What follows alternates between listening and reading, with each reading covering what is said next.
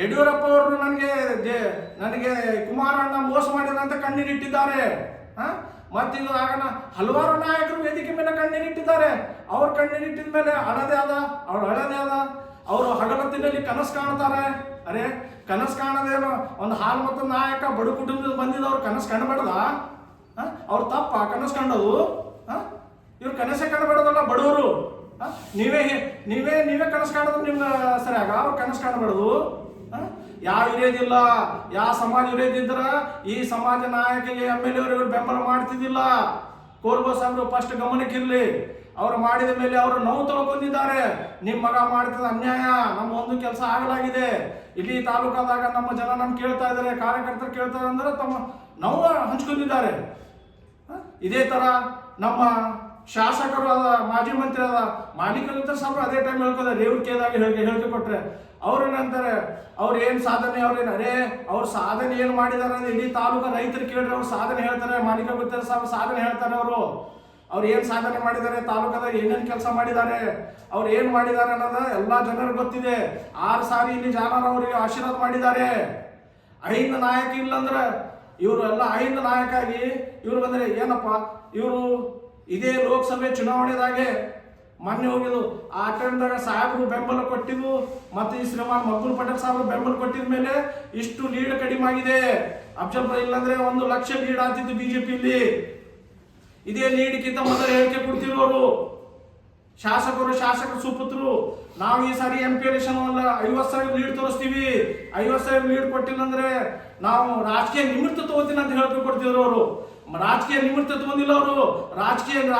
ರಾಜ್ಯದಲ್ಲಿ ನಿಗಮ ಅಧ್ಯಕ್ಷರು ಮತ್ತು ಕ್ಯಾಬಿನೆಟ್ ದರ್ಜೆ ತಗೊಂಡಿದ್ದಾರೆ. ಅವರು ರಾಜೀನಾಮೆ ಕೊಟ್ಟಿಲ್ಲ.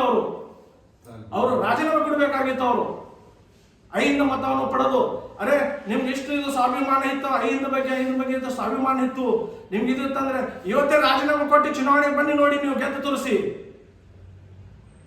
ಇವತ್ತು ನಾಯಕರಿಗೆ ಟೀಕೆ ಮಾಡ್ತೀರಿ, ಮಕ್ಬೂಲ್ ಪಟೇಲ್ ಬಗ್ಗೆ ಹೇಳ್ತೀರಿ. ಅರೆ ಮಕ್ಬೂಲ್ ಪಟೇಲ್ ಹೇಳಿಕೆ ಕೊಡೋಕ್ಕಿಂತ ಮೊದಲು ಮಕ್ಬೂಲ್ ಪಟೇಲ್ ಇದೇ ಅಫ್ಜಲ್ಪುರ ತಾಲೂಕು 17 ವರ್ಷ ಅವರು ತಾಲೂಕು ಅಧ್ಯಕ್ಷ ಸೇವೆ ಮಾಡಿದ್ದಾರೆ. ನೀವು ಹೇಳಿಕೆ ಕೊಡೋ ನಿಮ್ಮ ವಯಸ್ಸು ಎಷ್ಟಿದೆ? ನಿಮ್ಮ ವಯಸ್ಸಿಗಿಂತ ಹೆಚ್ಚು ಈ ಪಕ್ಷದಾಗ ಅವರು ಕೆಲಸ ಮಾಡಿದ್ದಾರೆ.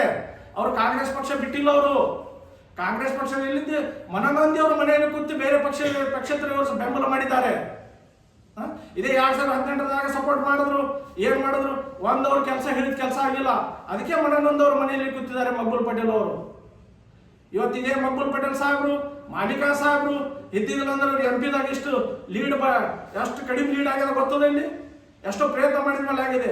ಆಮೇಲೆ ಇವ್ರು ಹೇಳ್ತೇನು ಅಪ್ಪ ಮಕ್ಕಳ ಮುಂದೆ ಬಂದಕ್ಕೆ ಪಾರ್ಟಿ ಜಾಯ್ನ್ ಆಗಿದ ಮೇಲೆ ಪಾರ್ಟಿ ಜಾಯ್ನ್ ಆದಂಗ. ಖರ್ಗೆ ಸಾಹೇಬ್ರ ಮಗ ಪ್ರಿಯಾಂಕಾ ಸಾಹೇಬ್ರ ಮನೆ ಮತ್ತು RK ಸಾಹೇಬ್ರ ಮುಂದೆ ಹೋಗಿ ಪಾರ್ಟಿ ಜಾಯ್ನ್ ಆದಂಗಿಲ್ಲ ಅವರಿಗೆ. ಇವ್ರ ಮುಂದೆ ಜಾಯ್ನ್ ಆದಂಗ ಅವರು. ಈ MP ದಾಗ ಜಾಯ್ನ್ ಇಲ್ಲ. ನಮ್ಮ ಪಕ್ಷಕ್ಕೆ ಕೆಲಸನೇ ಮಾಡಿನವರು 2023ದಾಗ ನಮ್ಮಲ್ಲಿ ಬಂದಿಲ್ಲ, ಪಕ್ಷದಾಗ ಬಂದಿಲ್ಲ.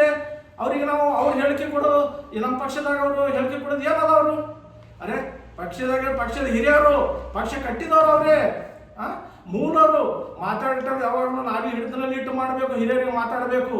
ಏನು ಮಾತಾಡ್ತೀರಿ ನೀವು ಅವರಿಗೆ?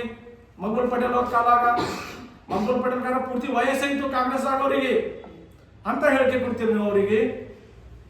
ಈ ತರ ಹೇಳಿಕೆ ಮತ್ತು ನಮ್ಮ ಈ ಗುತ್ತಿದಾರ ಸಾಹೇಬರು ಹೇಳ್ತಾರ. ಅವರು ಏನ್ ಹೇಳ್ತಾರ ಅಂದ್ರೆ ಆ ಮಗ ನಮ್ದು ಏನ್ ಮಾಡ್ಯಾರ, ಅರೆ ಏನ್ ಮಾಡ್ಯಾರ ಅಂದ್ರೆ ನಿಮ್ಗೆ ಎಲ್ಲರಿಗೂ ಗೊತ್ತಿರೋ ವಿಷಯ. ಒಂದು ಕಾರ್ಯಕರ್ತರ ಕೆಲಸ ಆಗಲಾಗಿದೆ. ಕಾಂಗ್ರೆಸ್ ಕೆಲಸ ಆಗಲಾಗಿದೆ.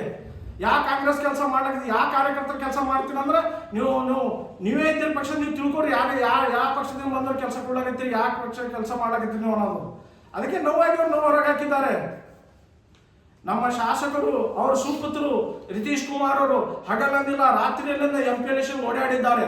ಮತ್ತು RK ಸಾಹೇಬ್ರಿಗೆ ಗೊತ್ತಿದೆ, ರಾಧಾಕೃಷ್ಣ ದೊಡ್ಡಮನಿ ಸಾಹೇಬ್ರಿಗೆ ಗೊತ್ತಿದೆ MP ದಾಗ ಯಾರ್ಯಾರು ಓಡಾಡಿದ್ದಾರೆ, ಯಾರ್ಯಾರು ಅವ್ರ ಬಳಿ ತರದ ಬುಕ್ಕ ಇದೆ. ಆ ಬುಕ್ದಾಗ ಹೋಗಿ ನೋಡಿ ಯಾರ್ಯಾರು ಮಾಡಿದ್ದಾರೆ ಕೆಲಸ, ನಾವು ಯಾರು ಮಾಡಿದ್ದಾರೆ, ಎಷ್ಟು ಓಡಾಡಿದ್ದಾರೆ, ಪಕ್ಷಿಗಾಗಿ ಯಾರು ಮಾಡಿದ್ದಾರೆ.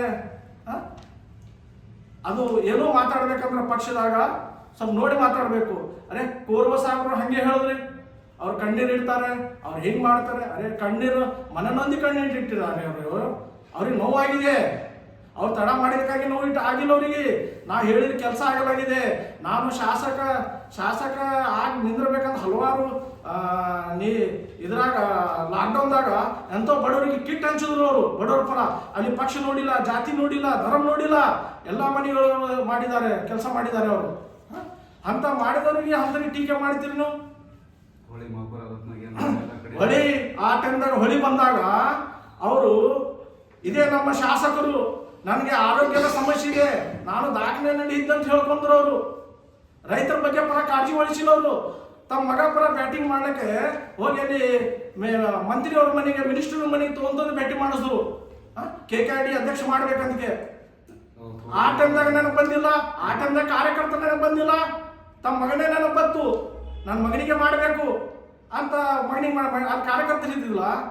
ಎಂತ ಕೋರ್ಬಾ ಸಾಹೇಬ್ರು ಅವರು ಎಂತ ತ್ಯಾಗ ಬಲಿದಾನ ಕೊಟ್ಟರು ಅವ್ರು ಆ ಟೈಮ್ದಾಗ. ತಮ್ಮಲ್ಲಿ ಇದ್ದವ್ರಿಗೆ ಎಲ್ಲರಿಗೂ ಬಿಟ್ಟಿಗೆ ಅವ್ರು ಎಲ್ಲನೇ ತ್ಯಾಗ ಮಾಡಿದ್ರು. ದೋಸ್ತರು ಮಾಡಿ, ಇಲ್ಲ ನಾ ಪಕ್ಷ ಸಿದ್ಧಾಂತ ಹೋಗ್ತೀನಿ, ಕಾಂಗ್ರೆಸ್ ಸಿದ್ಧಾಂತ ನನ್ನ ಹೈಕಮಾಂಡ್ ಆದೇಶ ಬಂದಿದೆ, ನಾ ಸಪೋರ್ಟ್ ಮಾಡಿದ್ರು. ರಾತ್ರಿ ತೊಗೊಂಡು ತಿರುಗಾಡಿದ್ರಿ.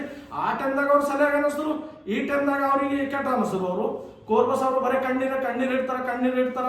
ಅವ್ರು ಹಗಲತ್ತಿ ಕೆಲಸ ಕಾಣ್ತಾರ. ಅದೇ ಕನಸು ಕಾಣಿದ್ರೆ ಎಲ್ಲರಿಗೂ ಆಸೆ ಇರುತ್ತದೆ, ಅವ್ರ ಕಣ್ಣಿಗೆ ಬೆಲೆ ಇಲ್ಲ. ಯಾಕೆ ಹಾಲ್ಮತ ಸಮಾಜದವರು ಕನಸು ಕಾಣಬಾರ್ದ? ಬರೀ ನೀವೇ ಕನಸು ಕಾಣಬೇಕು. ಏನ್ ಮಾಡಿದಿರಿ? ನಿನ್ನೆ ಪತ್ರಿಕಾಗೋಷ್ಠಿಯಲ್ಲಿ ನೋಡಿದೆ, ಒಬ್ಬ ನಮ್ಮ ಬ್ರದರ್ ಪತ್ರಿಕಾದವ್ರು ಕ್ವಶನ್ ಮಾಡ್ತಾರೆ. ಒಳ್ಳೆ ಕ್ವಶನ್ ಮಾಡಿದ್ರು ಅವರು. ಏನ್ ಮಾಡಿದಿರಿ? ನಿಮ್ಮ ಸಮಾಜ ನೀವೇ ಮಾಡಿರಿ, ಬೇರೆ ಸಮಾಜ ಏನ್ ಮಾಡಿರಿ? ಪ್ರಕಾಶ್ ಜಮಾದ್ರೆ ಬಿಟ್ಟು ಬೇರೆ ಸಮಾಜ ಏನ್ ಕೊಟ್ಟಿರಿ ನೀವು?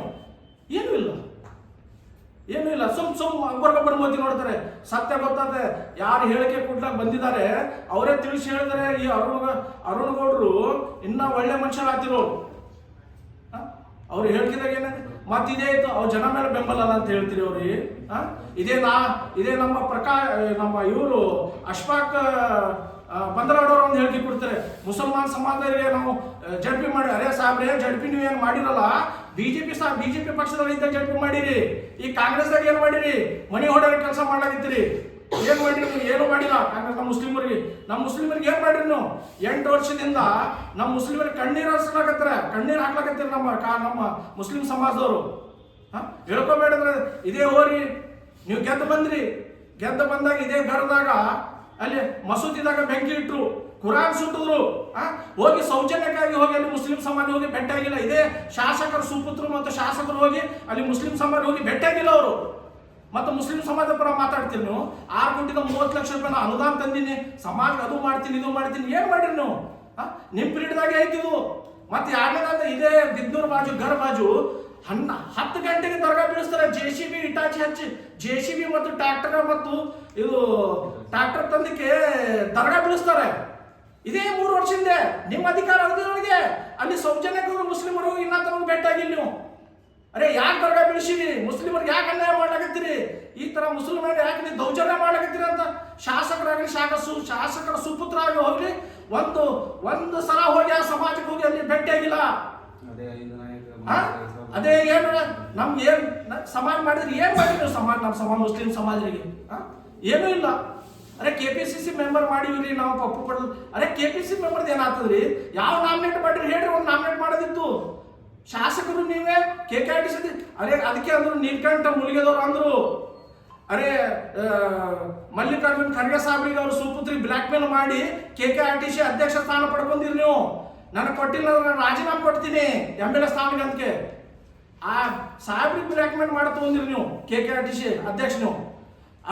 ಅದು ನೇರ ಎಲ್ಲ ಪತ್ರಿಕಾ ಮಾಧ್ಯಮ ಬಂದು ನೀಲ್ಕಂಠ ಮುಳುಗೆಯವರು ಹೇಳ್ತಾರೆ, ಪೂಜೆ ತಂದೆ ಮೇಲೆ ನಾ ಮಾಡ್ತಿದ್ದ, ಅವರಿಗೆ ಕಾಲು ಬೀಳ್ತಿದ್ದ, ಅಲ್ಲಿ ಶಾಸಕ ಸ್ಥಾನಕ್ಕೆ ರಾಜೀನಾಮೆ ಕೊಡ್ತೀನಿ, ನಾ ಸುಮ್ಕುತ್ತೆ ಬಿಟ್ಟು ನಾ ಸ್ಥಾನ ಬಿಟ್ಟು ಕೂತೆ ಅಂತ. ಈ ತರ ಮಾಡ್ಕೊಂತಂದ್ರೆ ಪಕ್ಷ ಹ್ಯಾಂಗ್ ಕಟ್ತೀರಿ ನೀವು? ಪದೇ ಹೇಳ್ತೀರಿ ನೀವು, ಇವ್ರು ಹಿಂಗ್ ಮಾಡಿದ್ರು, ಅವ್ರು ಹಂಗ್ ಮಾಡಿದ್ರು, ಹಿಂಗ್ ಮಾಡಿದ್ರು, ಏನಾಗಿಲ್ಲ